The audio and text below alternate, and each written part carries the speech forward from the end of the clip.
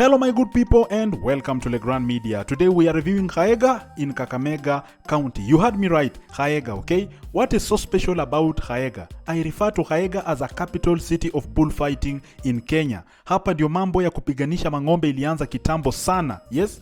Another special thing about Khayega is that it is a one-stop shop. I refer to Khayega as a one-stop shop because you can go to a good primary school here, go to a good high school here, go to a good college here, and get employed or start a business here and become very successful. But why are many people in Khayega not successful? Pombe!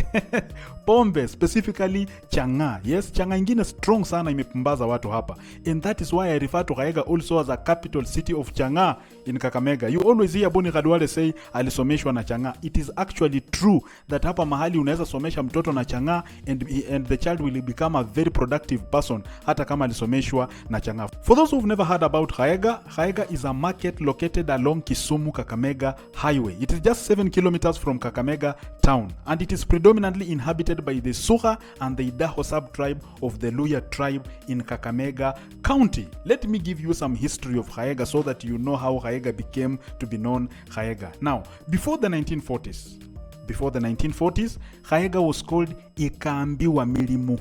Ikambiwa Mirimoo.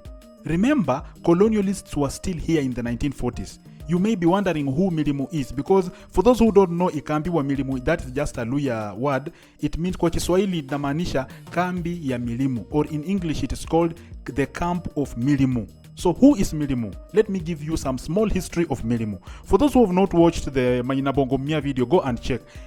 Chief Nabongo Mumia, the king of Wanga Kingdom, was a paramount chief of the expansive region of Kenya when the British took over East Africa. Remember, Nabongo Mumia collaborated with the British, okay? And so he was made very powerful, and he was given the power to oversee other chiefs in the expansive region of Kenya. Yeah, so other chiefs would be answerable to him. So he used to appoint chiefs, okay? So he appointed Mirimoo Amaitsa to be the chief of Visuha. The Visuha people are a sub-tribe of Luya community, and they occupy this region now called Khayega and its environs, okay? So during that time, remember before the 1940s, the provincial commissioner of Kavirondo decided to plant trees where Mirimoo Amaitsa's office would be. If you've never been to a history class, I know Kavirondo, you are wondering who is Kavirondo. Kavirondo was the name given to the Bantu speakers of Western Kenya by the British. Sijui mbona wazungu waliamua kutuita Kavirondo, but I think maybe they were making fun of us. Yeah, so Kavirondo was the name given to us, and we had a provincial commissioner who was above the chiefs. So when Nabongo Mumia would appoint a chief, the Kavirondo provincial commissioner would provide instructions on what to be done, okay? So the provincial commissioner instructed that trees be planted at a place where Chief Mirimoo Amaitsa's office would be.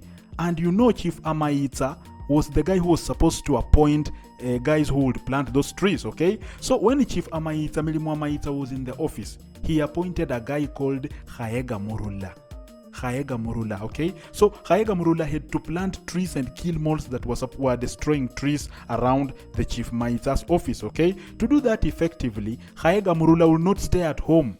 He had to come and set up a camp here, okay? So Khayega Murula set up a camp there, and that is why it came to be called Khayega. Since that time, that is when it became to be called Khayega. So Khayega's children eventually became very successful, and grandchildren also became very successful. That is a story for another day. So the trees you see here today, these trees, mnaona miti nyingi sana, okay? Khayega still has many trees. It is all because of Khayega Murula, the Khayega himself. Angalia tu hapo miti ni nyingi sana. All it's because of Khayega. So guys, the Khayega you are seeing was not called Khayega in the 1940s and beyond huko nyuma huko. It is called Khayega because of Khayega. It's just like Mumia's acquired its name from Nabongo Mumia. Khayega acquired its name from Khayega. So later, after the 1940s, Chief Jeremiah Sajero became the chief and acquired Khayega for social activities. We did not have many activities here. People never used to come here for so many things like you can see people selling here, people so many. Watu hawakuwa hapa. This was only the chief's camp, and it was called Kambi ya Mirimoo. Ikambiwa Mirimoo, or the camp of Mirimoo, okay? So we did not have so many activities here. So Chief Jeremiah Sajero acquired this place for social activities. And then later what happened? People used to come here to graze, and people used to come here to conduct bullfighting, and that is why you heard me say this is the capital city of bullfighting, okay? So people would also come here, young men and women, they would also come here and get marriage partners, yeah? They used to come and interact, and that's why you can see from the title of this video, I say that this was the place of getting married, okay? And the traders would also bring merchandise to sell to people. So when people come for bullfighting, young men and women come to get marriage partners, and we also had people who would come to sell them things. And that is how Khayega started to grow from a simple chief's camp to a major commercial, social and political center. People here appreciate the Luya culture, by the way, specifically the Visoha culture. So the Visoha appreciated their culture, and this was their center. Ndio maana mimi nashangaa mtu akitukana Khalwale akisema ata Khalwale anapenda tu bullfighting. That cultural practice is adored here. Hapa watu wanapenda sana mambo ya bullfighting because it came from far, okay? So Khalwale is a true African man, okay? So another thing why I called this place a one-stop shop are the schools and the colleges. Remember, the Catholic missionaries also spent time here, and they established schools and hospitals here. And that is why I referred to this place as a one-stop shop. Yeah, for example, we have St. Ignatius Mukumu Boys High School, a very good school. It's performing very well. It is just opposite these trees, and it's located just right there. You can see it there, very beautiful. And we also have the Sacred Heart Girls Mukumu Girls High School. You can see it just right there. Very beautiful gate and very beautiful fence. It's located just right there. Yeah, we also have the St. Elizabeth School of Nursing. It is located inside the St. Elizabeth Mission Hospital, Mukumu.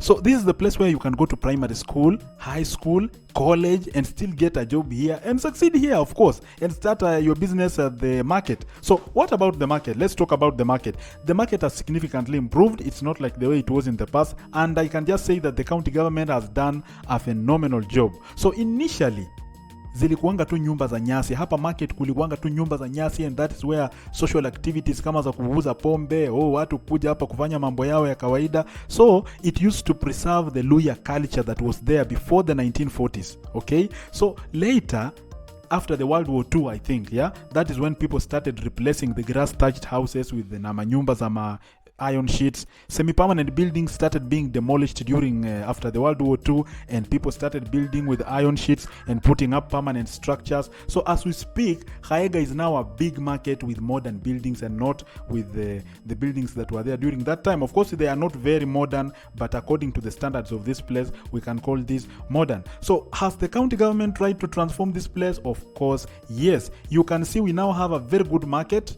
The market is just right there, and here is the outside of the market. Hapa ni nje ya market, and people are just selling their things here. People are many. Today is the market day, and we have so many people selling their things here. Let me just take you inside the market, and this is inside the market, okay? This is inside the market. Remember, people are selling things from outside there, and now we are at the market. So let me tell you a story of this place. People are opposed to the transformation of this place because it will erode the culture of this place. And I can just say we are not good at keeping our culture, because when this place was being transformed, there is nothing to preserve the history that shows that we had the social activities here. We never had this, and that is why even the Luyas of this place don't know this history that I've narrated, okay? So the county government came and started demolishing structures that were preserving the history of this place. People protested, but the government, of course, the government is very strong, and it demolished everything, and it started setting up modern structures, including this market that you are seeing here, okay? So we have a very beautiful market here, put up by the county government under the leadership of Honorable Oparanya. However, just like Butere, people prefer to sell outside than inside the market. The market is good, the market is beautiful, but people prefer to sell outside. If you have not checked my Butere video, you can go and check. Ona vile ndani hapa ni kuzuri sana. We have very good partitions inside here, but people do not want to sell from inside here. Wanapenda kuuza nje. Why? Because it is easier to access customers from outside than inside here. Hapa ndani kuna kaa giza kidogo na kuna feature bidhaa. So people prefer to sell things from outside. Now that is the history of Khayega and the positive things about Khayega. What are the downside? The downside here is alcohol. Avisuha wanapenda pombe sana. Kwanza changa. I won't go into more detail about pombe because I will expose specific individuals to lawsuits. but just know that the reason why so many people are not succeeding here, it's because of alcohol. Thank you for listening to me, and you can stay here at Legrand Media for more videos like this one. Thank you.